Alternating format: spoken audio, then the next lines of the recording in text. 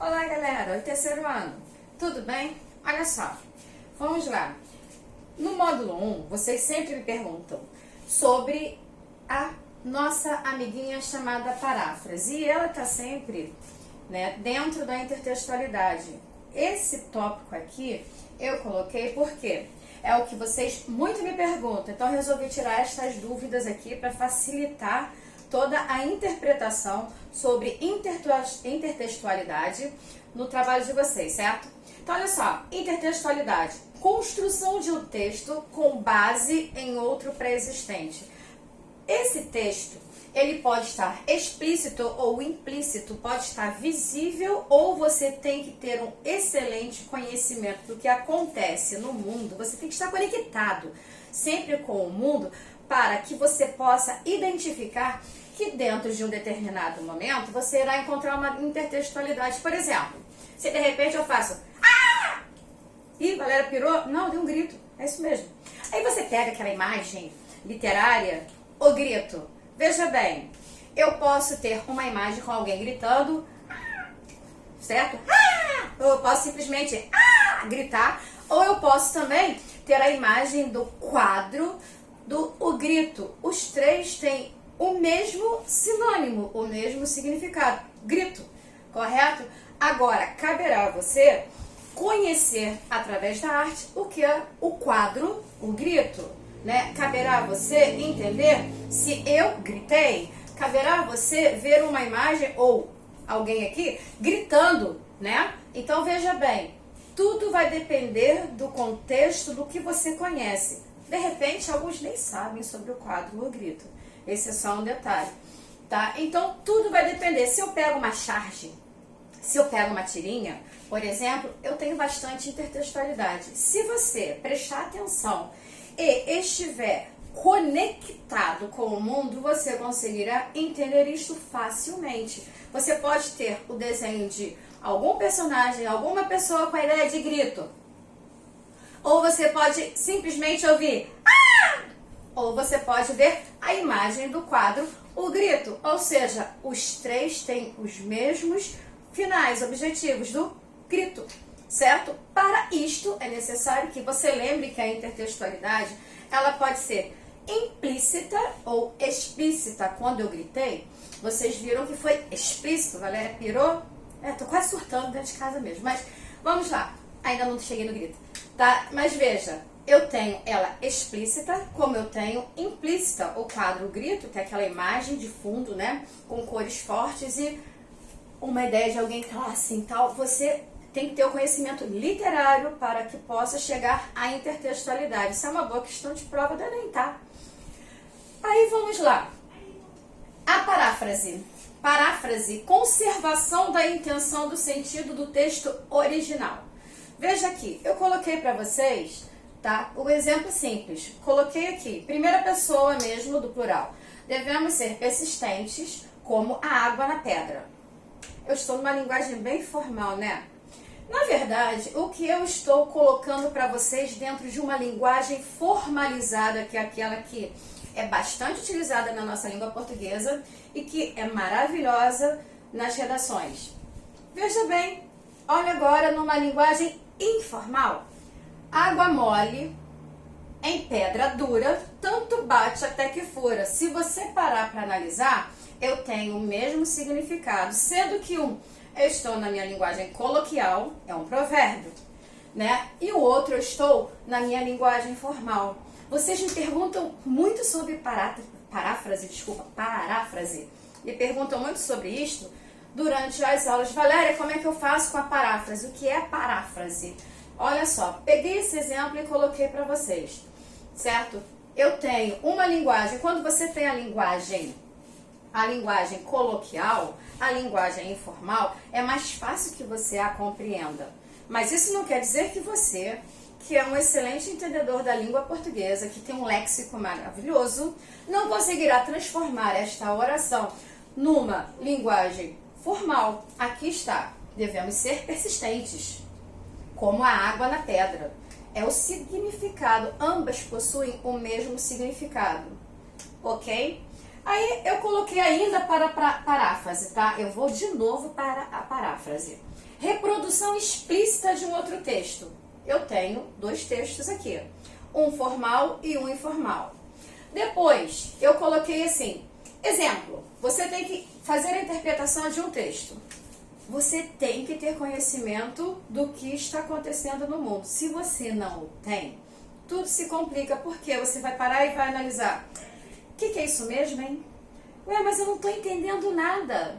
As charges, as tirinhas, elas aparecem muito também no meio da paráfrase, assim como na intertextualidade. Então, vocês têm que estar sempre atentos a isso. O Enem, ele trabalha pra caramba com a interpretação textual. E você, aluno, tem que estar ciente e sabedor de que você pode e deve trabalhar com tudo isto em todos os seus textos, porque caso você não saiba, você se perderá no seu contexto, porque tudo tem um objetivo final. E isso irá atrapalhar você sim, caso você não conheça sobre o assunto. Aí veja bem, coloquei também para vocês, construir com as suas palavras, preste atenção, construir com as suas palavras, tá? O que o autor, a Alice me pergunta bastante isso, apresenta a crítica, acho que a Gonzaga também. Construir com as suas palavras o que o autor apresenta. O que o autor apresenta? Em uma paráfrase, o que ele apresenta? Ele apresenta nada mais, nada menos do que uma crítica dele. Mas quando você quer reproduzir uma paráfrase, preste atenção, não é a sua paráfrase, mas a de outro. Quem é esse outro? É o autor, tá? Será escrito com as suas palavras aquilo que tem a ideia do autor. Entendido? Tá? Não é tão complicado se você conseguir entender e interpretar toda a oração. Paródia. Modificação do sentido do texto original. Poxa, vamos lá. O que mais tem por aí são paródias. Nós assistimos a diversas paródias. Tem várias pessoas que pegam determinada música e a transformam em uma paródia. A paródia, ela tem um tom brincalhão, assim como ela também tem um tom debochado algumas vezes, né? Vocês podem verificar. Você pega a letra de uma música, você pega o ritmo, a musicalidade de uma música e trabalha o seu texto com aquele texto, certo? Citação, reprodução integral, tá? Reprodução integral de trecho do texto original. O que eu solicito a vocês, por exemplo, a aula hoje é de português, mas essa aula está toda voltada também para a aula de redação. O que eu solicito a vocês sempre? Olha, galera, eu quero que vocês acrescentem citações no desenvolvimento dos seus argumentos, pois assim mostrará que você é conhecedor amplo de diversos assuntos diferentes. Desta maneira, seu texto ficará muito mais rico. Quando você fala na citação, aqui eu coloquei como sendo texto original. O texto original, ele vem na ordem direta, é o discurso direto, certo? No entanto, você também poderá colocar de forma que venha com o discurso indireto. Como assim? Você poderá introduzir antes da fala, né, a partícula que ou se para introduzir este seu trecho. Você estará colocando a ideia que alguém citou, não que você está citando, alguém citou em uma redação, tá? Então, veja bem, você tem dupla forma de trabalho. Você pode trabalhar na ordem direta, que vem literalmente pelo texto original, como você também pode colocar pela ordem direta, com o que ou se antecipando aquela ideia da citação. Desta maneira, você não terá a obrigatoriedade da utilização de aspas, da utilização do travessão, certo? Porque você já estará introduzindo dentro do seu argumento a citação de alguém. Sempre que você lê citação em um texto, alguém citou, certo? Caberá você conhecer, né, essa colocação para vocês. Aqui, estilização. Estilização, uso complementar do sentido do texto original. Cada uma tem o seu estilo, eu tenho o sentido original. Cada texto tem uma estrutura diferenciada. Você vai trabalhar com ela exatamente. Se eu estiver trabalhando com poema, e poema eu não tenho linhas, eu tenho versos. Poemas eu não tenho parágrafos. Poema eu tenho estrofes, que é o conjunto de versos, ok? Cada um tem uma forma exata a ser trabalhada. Tipologias textuais. Você tem que ter conhecimento de todas, sem exceção. A descrição, ela relata. A função dela é relatar, é caracterizar, especificar. Hoje vocês estão ali, Valéria, hoje está com a blusa diferente, está com a blusa que só tem o pH e tem o ângulo, né? É diferente daquela que ela estava antes, que estava com bilíngue, então você está vendo que eu estou diferente. Hoje você está vendo que o meu quadro, no momento, ele só está com 3 cores, certo?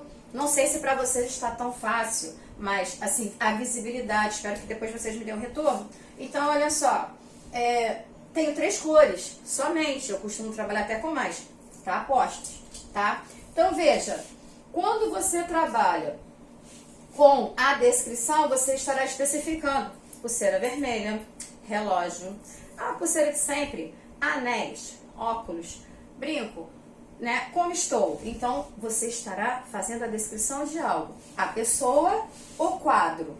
O espaço, bem, o espaço é o mesmo, né, que das outras aulas. Então, você terá a descrição, estante, materiais. Ah, claro, esse aqui caiu. Álcool, né, que está sempre aqui comigo, né? Devido à pandemia, a gente tem que estar sempre preparado. Não use e abuse, que é desnecessário, né? Então, veja só, tem tudo para cá, para a descrição. Madeira para este lado, madeira, né? Ah, eu tenho um cavalete, meu quadro está no cavalete, certo? É uma descrição, correto? Depois, narrar, sequenciar ações. Ela tem início, ela tem meio, ela tem o fim. Você está contando algo. Quando você conta, você tem o narrador. Lembrando que tem narrador personagem. Lembrando que você tem o narrador onisciente. Lembrando que você tem o narrador observador também. Narrador observador é aquele que observa aquilo que você está vendo. O narrador onisciente é aquele que observa o que você não imagina que realmente aconteça. Como é que a Valéria está dando essa aula, gente? Tem luz? Tem. Pode crer que ali para trás tem luzes aqui. Peguei minha... Ai, meu Deus. Fica em cima da mesa. Minha lanterna ali, né? E coloquei ali para iluminar para cá, para ficar mais claro. Ah, o que mais que tem por aqui? Cara, uma loucura que tá esse espaço, sabe? Tive que adequar para vocês. Eu tenho 2 dicionários.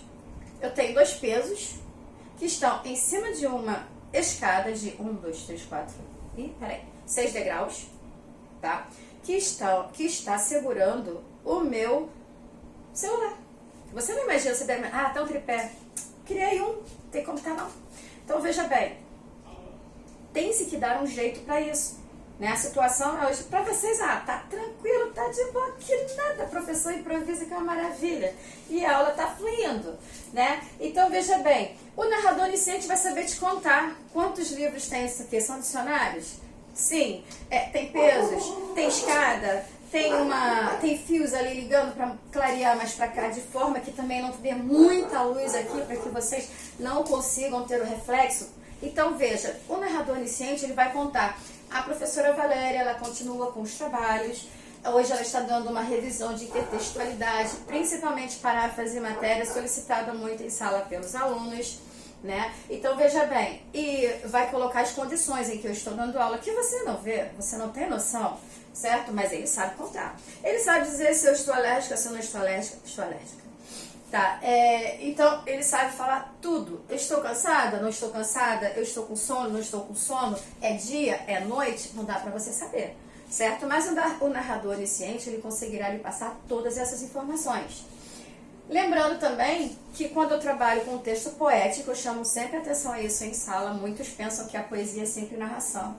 Tomem cuidado, a narração, tá? A poesia, a narração é um ato de contar, sequenciar ações. Quando você tem a poesia, você tem o eu lírico. Me lembro da Isabela falando, mas eu gosto tanto. E eu falando, fica no romance, mas você também tem que viver a realidade. Machado de Assis, ele é muito realista, né? Mas é sempre bom que você tenha a visão de que é uma personagem que você viva né? Que você viva ali aquele momento como tal, porque fica mais fácil para você entender aquele texto. Aí o que acontece? Veja bem, eu também tenho narração, eu também tenho poesia onde ela é argumentativa. Ela não é uma narração. Por quê? O eu lírico, ele também se posiciona, ele também apresenta o seu ponto de vista, ele também coloca a sua opinião. Então, essa ideia que a galera tem de pensar que a poesia é sempre narração, não é verdadeira. Você tem que ler, tem que interpretar, tem que entender. A poesia também pode ser argumentativa, porque argumentar é sustentar suas opiniões. Quando você está em uma dissertação argumentativa, você tem que trabalhar o seu convencimento. É o poder do convencimento. Você apresentará as suas ideias, as suas opiniões sobre determinado assunto, tá? E veja, quando você está apresentando as suas ideias e as suas opiniões, você nada mais, nada menos trabalha com um texto que é expositivo, porque ele tem que expor, ele tem que apresentar ideias ou informações. Quando eu coloco para vocês redações, em sua maioria, começa com fatos. Fatos estes que são expositivos, até mesmo por vezes descritivos, porque você estará expondo, descrevendo algo que você leu, certo? Para só então colocar o seu ponto de vista, para sustentar as suas opiniões, ok? E outro texto que eu não posso deixar de falar, que é o que eu coloquei aqui, instruir, mostrar como se faz, que é também chamado de injunção ou injuntivo, né? Veja bem, mostrar como se faz, veja só, quando eu vou fazer uma comida, eu pego uma receita, se necessário, se não me lembro, quero criar uma. Então, no que eu crio uma, eu criei, escrevi, legal. No entanto, eu tô com pressa, não tô a fim de criar, eu vou pegar ali no celular ou no livro de receita antigo. Pois bem, você vai pegar e você vai olhar uma receita, poxa, tá lá longe. Pega uma receita e vai olhar como é que você deve fazer e lá vem os ingredientes, quais são ingredientes, aí vai colocando passo a passo os ingredientes. Depois ele vai colocar modo de fazer, mistura, acrescente, coloque, mexa por tantos minutos, vai lá colocar, né? Então ele vai dizendo para você como se faz, é um manual de instrução, sim. Quando você compra algo, por exemplo, comprei um drone, como é que eu consigo trabalhar? E está escrito que ele pode ir a tantos de altura e que de repente, de acordo com a quilometragem que ele vá, e se acaso eu não vejo e perco o sinal, ele pode voltar. E como eu devo proceder? Vem lá no manual de instrução dizendo os procedimentos que você deverá executar para que ele retorne, para que você não perca, certo? Então eu tenho manual de instrução, eu tenho receita, a bula dos remédios também, por quê? Lá vem a posologia, vem dizendo qual a quantidade da medicação, se em ml, se em gramas, quanto de acordo com a idade de cada pessoa. Assim como, não posso deixar de falar, o tutorial, porque com o avanço tecnológico, né, e a gente às vezes não segue tanto, não costuma estar acostumado tanto com aulas de uma forma, que para poder executar essas aulas foi necessário que eu fizesse alguns tutoriais para que pudesse saber como proceder para criar as aulas e enviá-las a vocês, porque tem que enviar para determinado local, para que depois seja executado de tal forma, para que até então chegue para vocês em suas casas. Então veja, eu também tenho um tutorial, né? Tutorial, ele é nada mais, nada menos do que como se faz. Entendido, gente? Valeu por hoje, foi isso. Depois, caso vocês tenham dúvidas, vocês me questionem. Eu vou criar no final de semana uma lista de exercícios, não se preocupem que a data será extensa, tá? A internet da minha casa tá horrível, tá difícil de enviar, eu só tô conseguindo quando consigo pela madrugada, tá ok? Um grande abraço, hashtag fique em casa, cuide-se. Até breve.